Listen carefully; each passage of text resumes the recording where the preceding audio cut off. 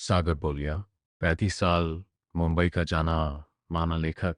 जिंदगी में सब था, नाम था, पैसा था, किताबें थीं। बस एक चीज नहीं थी, वो एक किताब जो उसे खुद भी हिला दे। 2 साल से कच्छ के रण पर लिखने की कोशिश कर रहा था, लेकिन हर बार लगता था कि कुछ मिसिंग है। कोई असली तजुर्बा, कोई ऐसी चीज जो सिर्फ पढ़कर नहीं, जी कर आती है।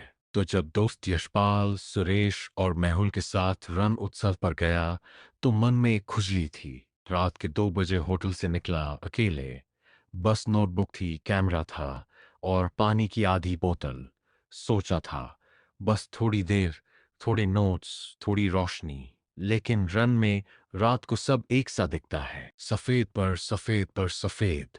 और जब तक उसे समझ आया कि वो बहुत दूर निकल आया है, पीछे सिर्फ अंधेरा था। पहले हफ्ते में ही पानी खत्म हो गया, फोन मरा पड़ा था, कोई सिग्नल नहीं।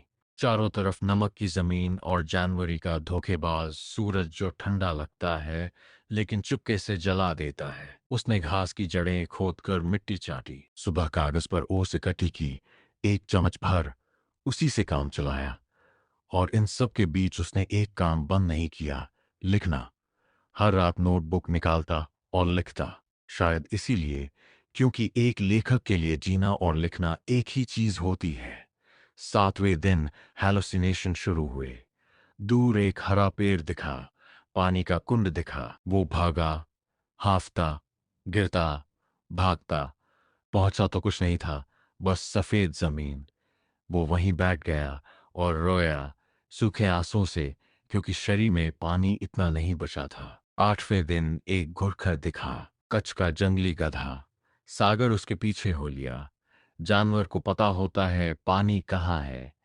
गधा एक जगह रुका, जमीन सूंघी। सागर ने वहां हाथों से खुदाई की। 2 फुट नीचे गीली मिट्टी थी। उसने मिट्टी निचोड़ी, कपड़े में छानी, कुछ बूंदें पी। नमकीन थीं, कीचड़ जैसी थीं, लेकिन उस दिन वो अमृत था। उस रात उसने लिखा, आज एक गधे ने मेरी जान बचाई। दूसरे हफ्ते में शरीर जवाब देने लगा। चलना मुश्किल था, सिर चकराता था। उसने एक रूटीन बनाई, सुबह 4 बजे से 8 बजे तक चलो, फिर जो भी छांव मिले वहां बैठो, शाम को फिर चलो। दिशा एक ही, दक्षिण।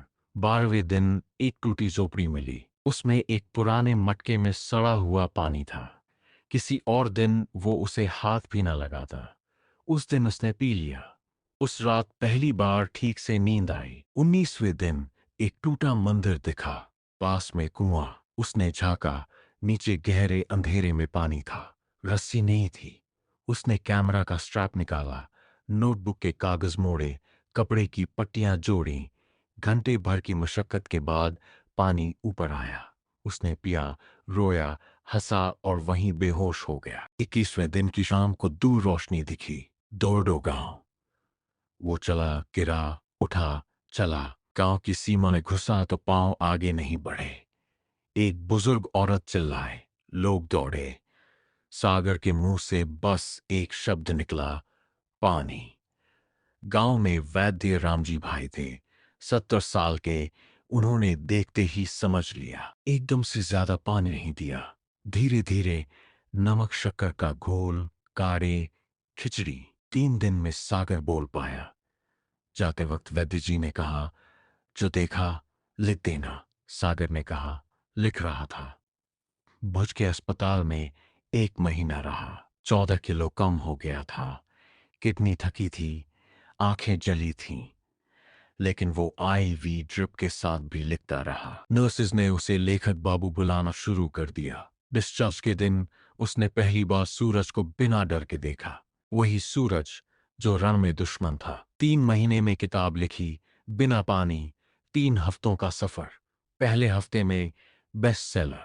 उसने किताब 3 लोगों को डेडिकेट की, वैद्य जी को, उस घुड़खर को और उसरा को। वैद्य जी के बेटे की चिट्ठी आई बाद में। वैद्य जी ने किताब सुनी, मुस्कुराते रहे, बोले, बच्चे ने लिखा है, अच्छा लिखा। सागर ने वो चिट्ठी उसी नोटबुक में रख ली जिसके कागजों पर उसने कभी ओस इकट्ठी की थी। रण ने उसे वो नहीं दिया जो वो ढूंढने गया था। उसने उसे वो दे दिया जो वो मांग भी नहीं सकता था। खुद से मिला। अगर आपको वीडियो पसंद आई है तो वीडियो को लाइक करें, शेयर करें और ऐसे ही मोटिवेशनल स्टोरी देखने के लिए हिंदी मोटिवेशनल स्टोरी चैनल को सब्सक्राइब करें और बेल आइकन को दबाना ना भूलें।